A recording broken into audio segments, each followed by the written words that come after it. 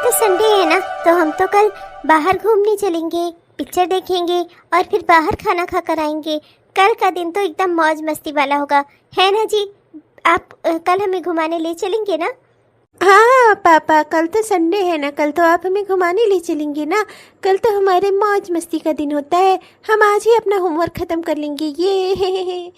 ये हम घूमने जाएंगे ये। हाँ बिल्कुल चलते, पर कल हम नहीं जा पाएंगे। बहुत ही ज़रूरी और अर्जेंट का काम आ गया है। क्या ही कहूँ मैं, कैसे बताऊँ तुम्हें, क्या करूँ। कैसा अर्जेंट का काम जी? क्या हुआ? कोई ऑफिस से अर्जेंट मीटिंग आ गई है क्या? जहाँ तक मुझे पता है संडे को तो आपकी कोई मीटिंग्स नहीं रहती। क्या हुआ, क्या बात हो गई, बताइए ना। वो मैं ये कह रहा था कि कल माँ आ रही है यहाँ पर। क्या? पर माँ जी यहाँ क्यों आ रही हैं? अपना वो गांव में रहती हैं अच्छा खासा, यहाँ क्यों आ रही हैं? यहाँ क्यों? कितने दिनों के लिए? हमेशा के लिए। तुम्हें कैसे समझाऊं मैं, वहाँ गांव में कोई रह नहीं गया है। बाबूजी के जाने के बाद माँ वहाँ अकेले रहती थी। मैं वहाँ गया था माँ से मिलने पिछले संडे को, तो मैंने देखा था माँ अकेले और ज़्यादा परेशान और दुखी रहती हैं। तुम तो जानती ही हो ना, अकेलापन इंसान को अंदर ही अंदर खा लेता है। फिर उनका परिवार यहाँ है, मैं यहाँ हूँ, हमारे बच्चे यहाँ हैं, तो मैंने सोचा कि मैं माँ जी को यहीं बुला लेता हूँ, माँ यहीं रहे हमारे साथ। देखो, बुजुर्ग व्यक्ति अगर परिवार में रहते हैं तो उनकी उम्र और बढ़ जाती है। मेरी बात को समझो, इसीलिए मैंने तुमसे बिना पूछे ही माँ को बोल दिया कि वो यहाँ शहर चली आए। गांव वाला घर कितना बड़ा है ही, उसे मैंने किराए पर चढ़ा दिया है, और भगवान की कृपा से 1 हफ्ते के अंदर ही किराएदार भी मिल गए। सब बढ़िया से हो गया है। अब माँ हमारे साथ यहीं आकर रहेंगी। और देखो, थोड़े समय के लिए ना अपने गुस्से को साइड में रखो और ये सोचो कि वो मेरी माँ है, हमें अपने परिवार के साथ रहना चाहिए। हमेशा के लिए माँ जी यहाँ रहने आ रही हैं, और ये बात आप मुझे अब बता रहे हैं जब कल वो आने वाली हैं? आपको ऐसा करने की क्या जरूरत थी? अच्छा खासा तो माँ जी गाँव वाले घर में रह रही थी, हम शांति से यहाँ रह रहे थे। उनके यहाँ आने के बाद हमारे जीवन में शांति रह जाएगी क्या? आप क्यों नहीं समझते? आपकी माँ मुझे बिल्कुल भी पसंद नहीं करती। आएंगी इस घर में, हर बात पर रोका टोकी लगाएंगी। ऐसे कैसे काम चलेगा हमारा? आप कुछ समझते ही नहीं है। मैं क्या करूँ आपका? आपको ये बात मुझे पहले बतानी चाहिए थी ना। मैं कुछ ना कुछ करके माँ जी को वहीं रोक देती। अब वो कल यहाँ आ रही है, मैं क्या करूँ? कुछ समझ में नहीं आ रहा है मेरा तो पूरा मूड ही ऑफ हो गया। बच्चों, तुम जाओ, तुम लोग जाओ खेलो। अगर हमें कल घूमने चलना होगा ना तो मैं तुम्हें बताऊंगा। अब कल दादी आ रही है ना, तो परसों हम दादी के साथ घूमने चलेंगे। जाओ तुम लोग। ओके पापा, चलो पिंकी। क्या है भाग्यवान, कहीं भी शुरू हो जाती हो। अरे पहले देख तो लिया करो, बच्चे क्या सोचेंगे हमारे बारे में, कि हमें हमारी माँ का आना हमें यहाँ पसंद नहीं आ रहा है, तुम्हें पसंद नहीं आ रहा है उनकी दादी का यहाँ आना। देखो, मैं तुमसे कह रहा हूँ, थोड़ा बहुत एडजस्ट करना सीखो। हर लड़की परिवार में थोड़ा बहुत एडजस्ट करती है, और फिर तुम्हारे परिवार में है ही कौन? बस मेरी माँ ही तो है, उन्हीं के साथ तो एडजस्ट करना है तुम्हें। बस आपकी माँ ही काफी है, उनके साथ एडजस्ट करना कोई पहाड़ चढ़ने से कम नहीं है। बस अब ये है ना कि अब तो मुझे करना ही पड़ेगा। मैं कर भी क्या सकती हूँ? अपना घर छोड़कर तो भाग नहीं सकती। और आपको मैं क्या समझाऊं? आप तो अपनी माँ के मुंह में इतने अंधे हो जाते हैं कि अपने परिवार तक को भूल जाते हैं। मैं बस आपको एक बात बता दूं, मेरी भी कुछ प्राथमिकताएं हैं। अगर माँ जी ने उन सब के आने की कोशिश की तो मेरा और उनका विवाद पहले की तरह ही होगा, जैसे हम लोग पहले आपस में लड़ते थे। मैं ये बात बिल्कुल सहन नहीं करूंगी कि कोई मेरे वसूलों को, मेरे आकांक्षाओं को दबाने की कोशिश करे। ये बात आप अच्छे से समझ लीजिए। हाँ चलो, अब जो भी हो, कम से कम कल माँ अब यहाँ आ जाएंगी, इसे मैंने बता तो दिया। कितना डर लग रहा था मुझे इससे कहते हुए ही। हे भगवान, चलो मेरा ये काम तो हो गया। अब कल माँ आ रही हैं, बाकी सब बाद में धीरे धीरे संभलता रहेगा। एक बार माँ आकर यहाँ रहने लगी, सब ठीक हो जाएगा। इतने बड़े बड़े मकान बना लिए हैं लोगों ने शहर में, छोटी छोटी सी जमीनों पर बिल्डिंग भर खड़े खड़े मकान। हे भगवान, हमारे यहाँ तो आधे खेत होते थे, उसी में थोड़े से मकान होते थे। खुले कराने के चक्कर में हम लोग आंगन पे आंगन छोड़ देते थे, थोड़े थोड़े कमरे बनवाते थे। और आजकल यहाँ देखो, किसी के घर में आंगन नहीं मिलेगा, कमरे सबके घर में मिलेंगे। ओह, कितनी गर्मी हो रही है यहाँ। मेरे गाँव में कितनी ठंडी ठंडी हवाएं चलती हैं। तूने देखा है ना सुमित? हाँ माँ, मैंने सब देखा है। अच्छा सुमित, वो मेरा सामान कहाँ गया? तू पीछे था ना, तो उठाकर नहीं लाया? हाँ सुमित, मेरा सामान कहाँ गया बेटा? अरे माँ, वो लक्ष्मण लेकर आ रहा है। लक्ष्मण मेरा काम करने वाला, मेरा ड्राइवर है। वो वो सारे सामान पहुंचा देगा घर के अंदर, आप चिंता मत करो। तुम लोग ना नौकरों पर पता नहीं कितना भरोसा कर लेते हो। लक्ष्मण सामान पहुंचा देगा, उसी में से एक आध सामान गायब कर दिया तो तुम्हें खुद लेकर आना चाहिए था। अरे माँ, मैं कैसे लेकर आता? आप देख तो रही हो, इतनी ऊंची सीढ़ियां हैं, लिफ्ट में से सिर्फ इंसान आ जा सकते हैं। उतने भारी भारी बैग रखकर मैं लिफ्ट में कैसे लाऊंगा माँ? यहाँ लोगों के आने जाने के लिए लिफ्ट कम पड़ जाती है, तो सामान कैसे लाऊंगा? और फिर लक्ष्मण है ना, वो बारी बारी से सामान लिफ्ट की सहायता से ही पहुंचा देगा, आप चिंता मत करो। चिंता तो मुझे होगी ही। बहू कहाँ है बेटा और दोनों बच्चे? नमस्ते दादी। अरे अरे, खुश रहो मेरे लाल, खुश रहो मेरी बिटिया। नमस्ते माँ जी। खुश रहो बहू, खुश रहो। सुमित, ये बहू इस तरह से मुंह फेर कर अंदर क्यों चली गई? क्या उसे मेरा यहाँ आना अच्छा नहीं लगा? तू तो कह रहा था कि बहू भी मुझे बुला रही थी, पर उसने तो मुझसे कोई बात ही नहीं की। मुझे देखकर अंदर चली गई वो।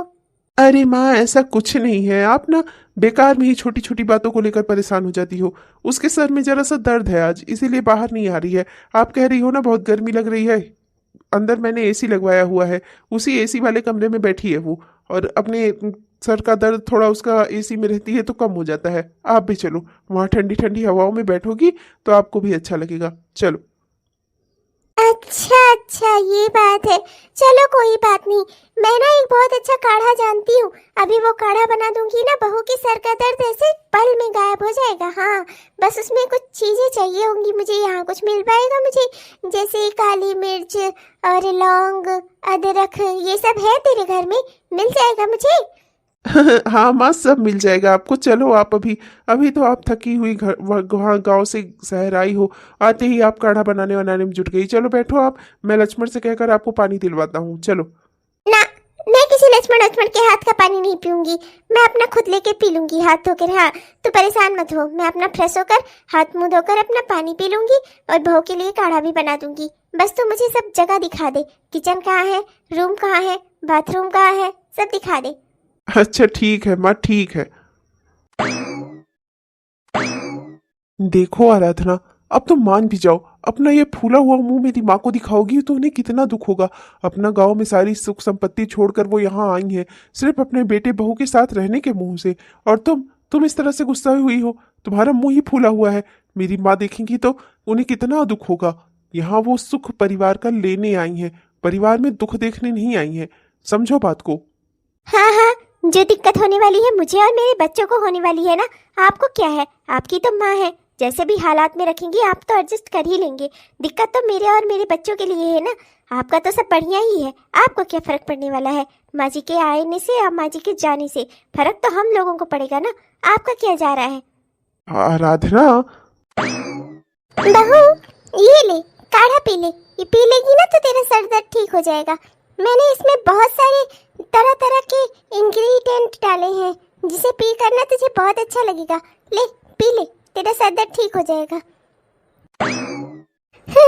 शुक्रिया माँ जी, आपका बहुत बहुत धन्यवाद, आपने मेरे लिए इतना तकलीफ की। अरे बहू, इसमें तकलीफ कैसा? अब भाई पुराने जमाने में बहू जो होती थी वो सास की सेवा करती थी।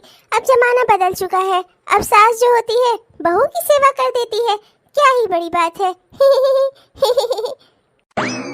अरे रुको, तुम कहाँ जा रहे हो? मैं बस जरा वो ऐसे ही बात बात पर ताने मारेंगी तुम्हारी माँ मुझे।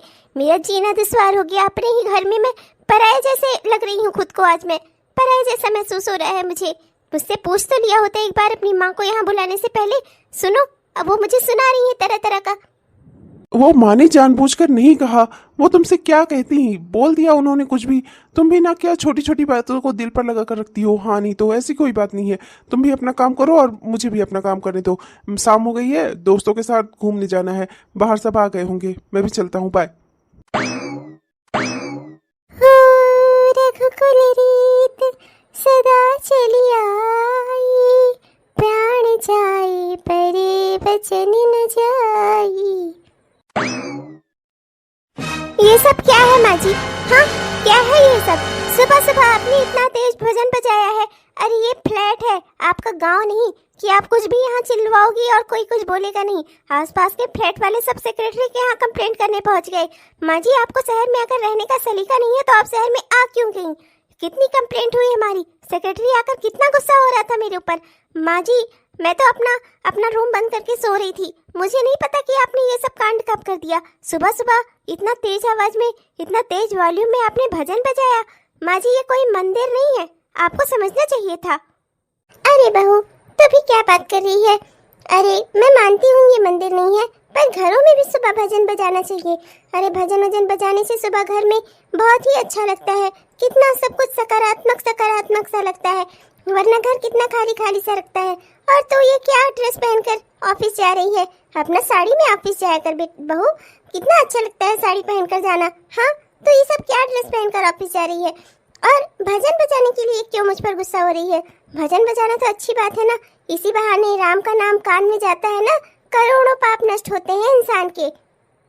माँ जी, अगर आप इसी तरह से भजन बजाती नहीं ना, और ये भजन बजा बजा कर राम का नाम जबरदस्ती लोगों के कानों में डालती रही ना, तो पाप का तो पता नहीं, पर ये घर जरूर नष्ट हो जाएगा।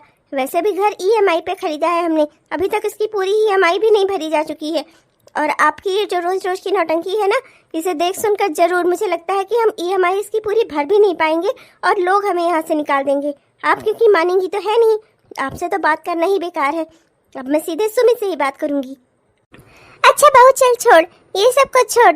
मैंने ना तेरे दोनों बच्चों के लिए, अपने पोता पोती के लिए, तेरे लिए और सुमित के लिए ना आलू के पराठे बनाए हैं। वैसे सुमित कहाँ गया? मैं जब से सुबह उठी हूँ मैंने उसे देखा तक नहीं।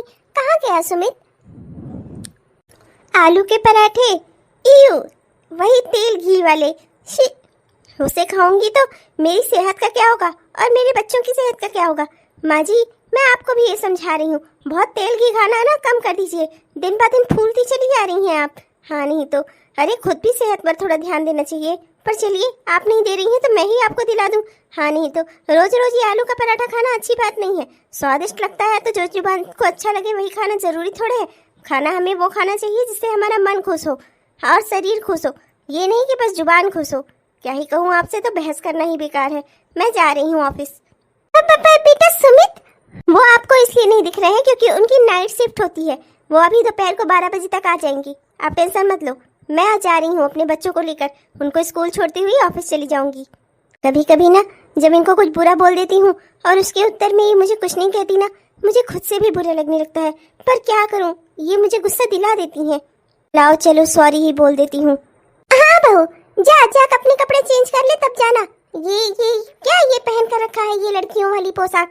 इसे उतार दे और वही साड़ी अपना पहन कर जा। अरे शादीशुदा औरत है तो वैसे दिखना भी तो चाहिए। जा। इनसे माफी मांगने वाला नहीं है, ये ना सिर्फ मेरा जी जला सकती हैं बस। 2 एकम 2, 2 दूनी 4, 2 1 जा 2, 2 2 जा 4। अरे वाह, मेरे बच्चे सब कितने होशियार हैं। अंग्रेजी स्कूल में पढ़ रहे हैं मेरे बच्चे, और आगे जाएंगे। माँ जी, ये मैं क्या सुन रही हूँ? आपने मीरा को काम पर से निकाल दिया। माँ जी, इस घर की साफ सफाई व्यवस्था जो है ना, सब मीरा की हुई है।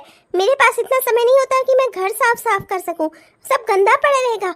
और इस शहर में नौकरानी कितनी मुश्किल से मिलती है आपको पता है?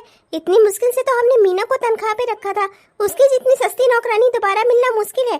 आपने उसे क्यों भगाया माँ जी? आपने उसे क्यों भगाया? रहते रहते वो खाना भी बना देती थी। अब क्या होगा हमारे घर का? कौन करेगा ये सब काम? अरे बहू, इतना नाराज क्यों हो रही है? नौकरानी पर बेकार में पैसा खर्चा करने से क्या फायदा? वैसे भी वो जितना पैसा लेती थी उस हिसाब से एकदम काम नहीं करती थी।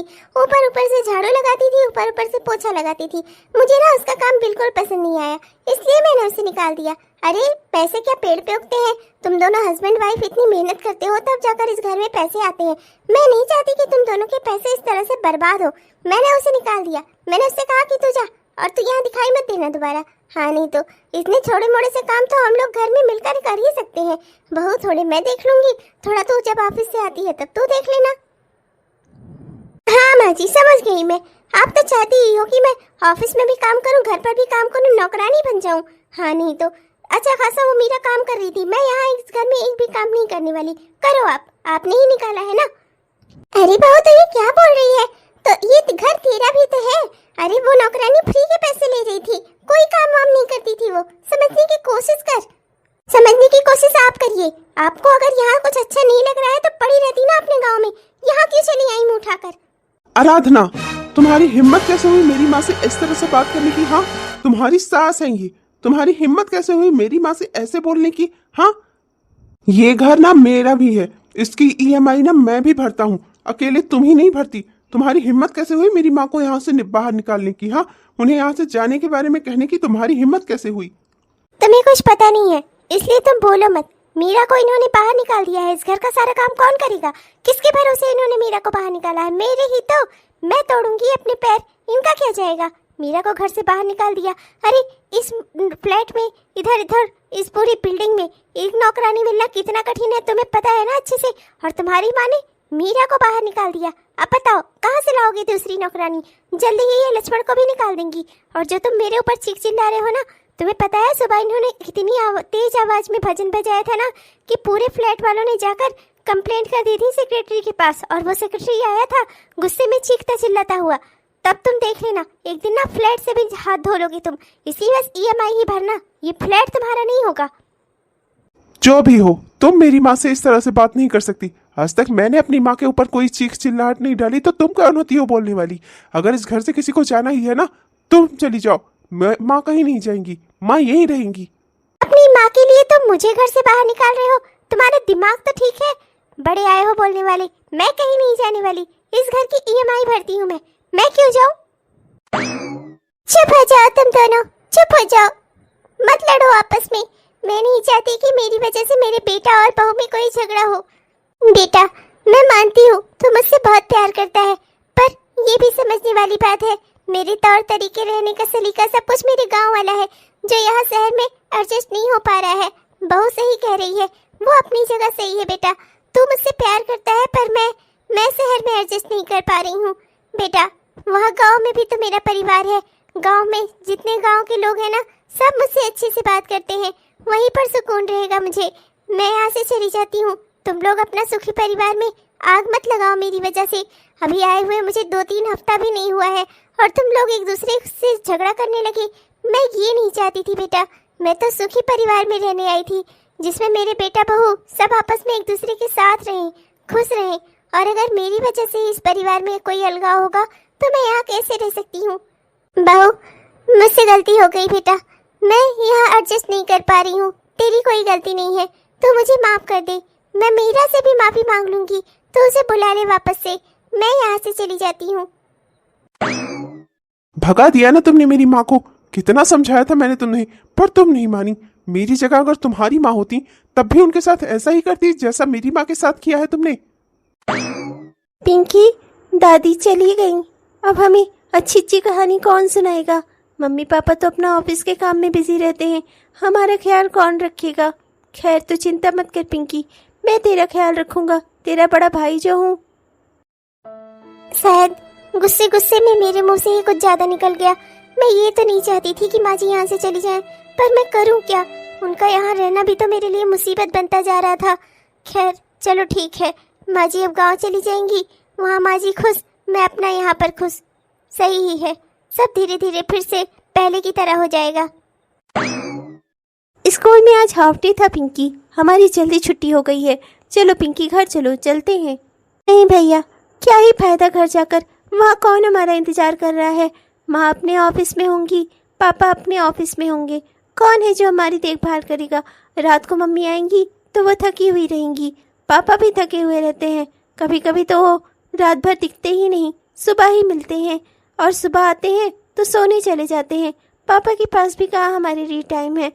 भैया, मैंने सुना है दादी गांव में रहती हैं, चलो ना गांव चलते हैं, वैसे दादी से भी मिल लेंगे, शाम तक लौट आएंगे। अरे लेकिन तू ये क्या बोल रही है? हम कैसे चल सकते हैं? मुझे तो गांव का नाम भी नहीं पता, कैसे हम पहुंचेंगे वहां तक जहाँ दादी रहती हैं?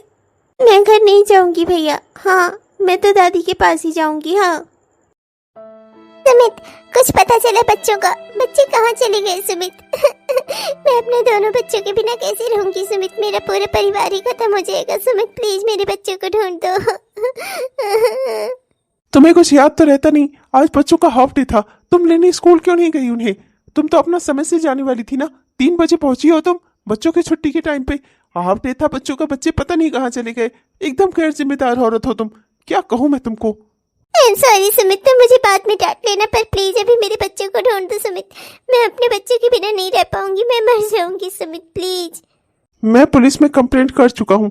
अपने स्तर पर भी जिनसे जिनसे पूछ सकता था पूछ चुका हूँ। बच्चों के दोस्तों तक से पूछ चुका हूँ। समझ नहीं आ रहा बच्चे कहाँ चले गए। बच्चों के सारे दोस्त सब स्कूल से घर पहुंच चुके हैं, बस मेरे ही बच्चे नहीं आए। पुलिस में भी शिकायत कर दी है। अब जैसे तैसे वो लोग भी देख ही रहे हैं। क्या किया जा सकता है, मैं क्या करूं। पापा पापा। अरे पिंकी, रोहित कहाँ चले गए थे बच्चों? कहाँ चले गए थे तुम लोग? हम तुम्हें कितना ढूंढ रहे थे बेटा, कहाँ चले गए थे तुम लोग? पापा पापा, हम दादी को ढूंढने गए थे पापा, दादी को ढूंढने। पापा, हम बिना दादी के नहीं रह सकते थे। हमें उनसे कहानियां सुननी थी, पर वो हमें मिल ही नहीं रही थी कहीं। फिर हम बहुत दूर पहुंच गए थे पापा, दादी को ढूंढते ढूंढते, पर वो हमें मिल ही नहीं रही थी। हाँ पापा, हम दादी से मिलने गांव जा रहे थे, पर हमें गांव का रास्ता ही नहीं पता था। वो तो अच्छा हुआ, दादी हमें खुद ही मिल गई और यहाँ दरवाजे तक छोड़ कर गई, और उन्होंने हमसे कहा है कि गर्मी की छुट्टी में वो आएंगी हमें लेने। क्या तुम्हें यहाँ दादी छोड़कर गई? मेरी माँ। सुना तुमने? तुम्हारी जिंदगी का सबसे बड़ा दुख होता अगर आज मेरे बच्चे तुम्हें ना मिलते तो। इस तुम्हारे दुख को दूर करने वाली भी मेरी माँ है। पता नहीं कहाँ से उन्होंने मेरे बच्चों को ढूंढा होगा। वो ले आकर उन्हें यहाँ तक छोड़कर गई मेरी माँ, पर वो दरवाजे के अंदर नहीं आई। तुम्हारी वजह से, तुम्हारे व्यवहार की वजह से। किसका फोन आने लगा? हेलो, क्या हमारी सारी ईएमआई भरी जा चुकी है और कल हम ईएमआई का कागज ले लें? सारे कागज ले लें, ये फ्लैट हमारा अपना हो गया। ऐसा कैसे हो सकता है भैया? हमने तो कोई ईएमआई नहीं भरी। क्या क्या? अच्छा ठीक है भैया, मैं कल आऊंगी। मैं कल आकर ऑफिस से कागज ले लूंगी। आपका बहुत बहुत शुक्रिया भैया। सुमित, हमारी सारी ईएमआई माँ जी ने भर दी। माँ जी पता नहीं कहाँ से इतने सारे पैसों का इंतजाम कर पाई होंगी। मुझसे बहुत बड़ी गलती हो गई सुमित, तुम बिल्कुल सही कहते थे, मुझसे गलती हो गई। मैं माँ जी के साथ चाहती तो मैं थोड़ा बहुत एडजस्ट करके रह सकती थी, पर मैं हमेशा गुस्से में रही। मैं बस ये चाहती थी कि वो मेरे साथ ना रहे। मुझसे गलती हो गई सुमित। मुझे माफ कर दो। चलो ना गाँव चलकर माँ जी से मैं माफी मांगना चाहती हूँ। चलो। अरे चंद्रावती, वो अब यहाँ नहीं रहती। एक ही तो मकान था उसका, और जो कुछ बचा था खेत में भी सब कुछ बेच बाच के अपना आई थी कल परसों में, जल्दी जल्दी से बेच बाच के अपना पैसा लेकर चली गई। हाँ सुमित, अब हम माँ जी को कहाँ ढूंढेंगे? माँ जी कहाँ चली गई होंगी सुमित? ये दादी मिल गई, दादी मिल गई। अरे बच्चों, तुम लोग यहाँ क्यों आए? तुम्हें यहाँ नहीं आना चाहिए था। ये घर इतना असुविधा वाला, तुम लोग यहाँ क्यों आए बेटा? माँ जी मुझे माफ कर दीजिए, मुझसे बहुत बड़ी गलती हो गई माँ जी। माँ जी मुझे माफ कर दीजिए, मुझे आपको समझना चाहिए था माँ जी, पर मैंने कभी आपके साथ एडजस्ट करने की कोशिश ही नहीं की, आपके साथ संतुलन बनाकर रखने की कोशिश ही नहीं की माँ जी। मुझसे गलती हो गई माँ जी, माफ कर दीजिए। आपने तो जिंदगी भर मेरा भला ही सोचा माँ जी, बस मैं ही आपको नहीं समझ पाई। हाँ माँ, इसे अपनी गलती का एहसास हो गया है, माफ कर दो आप इसे। वो वाकई में बहुत पछता रही है माँ। आपने हमारे बेटे को और हमारी बेटी को ढूंढकर हमारे घर पहुंचा दिया माँ। हमारे बच्चों को हमसे बिछड़ने से रोक दिया माँ। हमारे घर की ईएमआई तक भर दी माँ आपने, और अपना सब कुछ बेचकर आप यहाँ इस टूटे फूटे छोटे से मकान में चली आई रहने, जहाँ आप और पापा पहली बार रहने आए थे। मुझे पता था माँ कि आप मुझे यहीं मिलेंगी। तुम लोग मेरे बच्चे हो बेटा, मैं हमेशा चाहती हूँ कि तुम लोग सुखी रहो। जब गाँव आ रही थी लौटकर, रास्ते में मुझे मेरे दोनों बच्चे दिखे, पिंकी और बब्बू। जब मैंने इन दोनों को देखा तो मैंने इन लोगों से बात की। पता चला ये लोग मुझसे मिलने आ रहे थे। किसी तरह समझा बुझा कर इन्हें घर ले गई छोड़ने। अंदर जाने की हिम्मत नहीं हुई। सोचा कि अंदर जाऊंगी तो फिर कहीं मेरी वजह से तुम दोनों के बीच में झगड़ा ना होने लगे, इसलिए बच्चों को समझा बुझा कर तुम्हारे फ्लैट के गेट तक छोड़ कर आई। फिर जब तुम लोगों ने गेट खोलकर बच्चों को अंदर कर लिया, तब वहाँ से लौट रही थी, तब देखा कि वो ईएमआई वाला जा रहा था। फिर उससे बात करने पे पता चला कि तुम लोगों ने 2 महीने से किस्त नहीं जमा की है।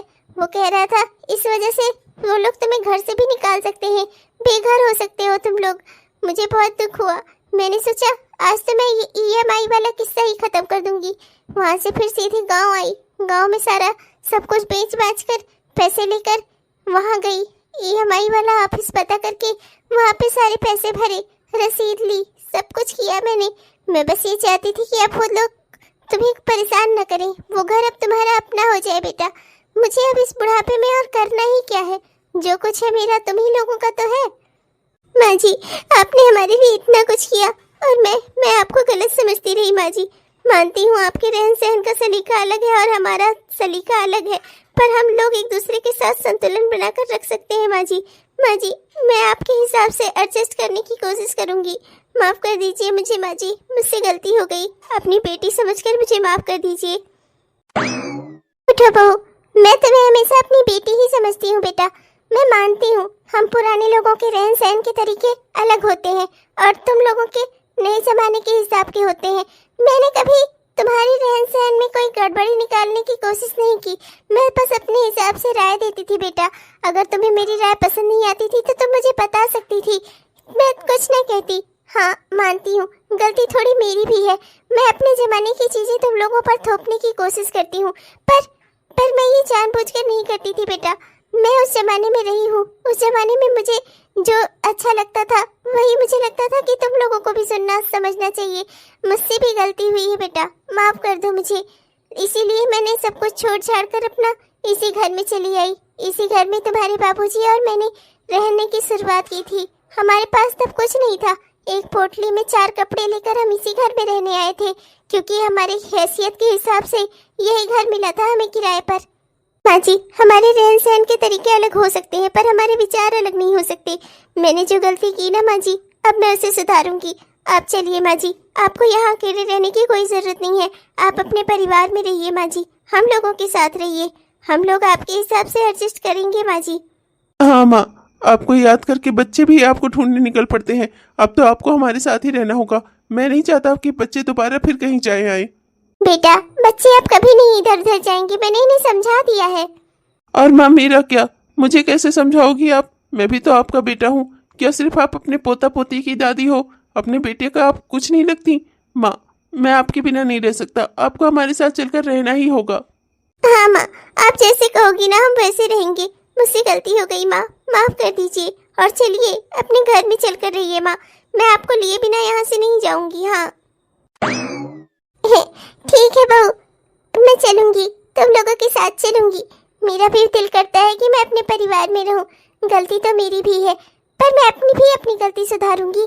मैं भी जो है ना तुम लोगों के हिसाब से एडजस्ट करने की कोशिश करूंगी, नए जमाने के हिसाब से चलने की कोशिश करूंगी। हाँ जैसे तुम लोग रहते हो ना ऐसे ही रहने की कोशिश करूंगी। हाँ मैं किसी के ऊपर कोई प्रेशर नहीं डालूंगी।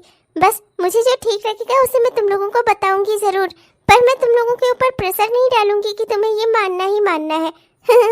मैं भी तुम लोग के हिसाब से चलूंगी, नए गाने सुनूंगी, अच्छे अच्छे कपड़े पहनूंगी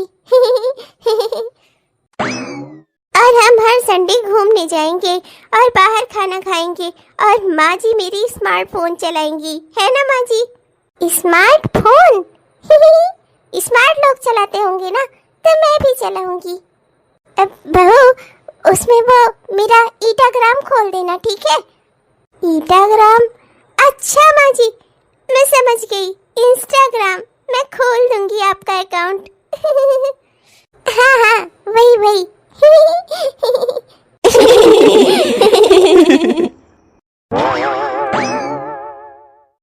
हेलो दोस्तों, आप सबको दिल से हमारा प्यार भरा नमस्कार।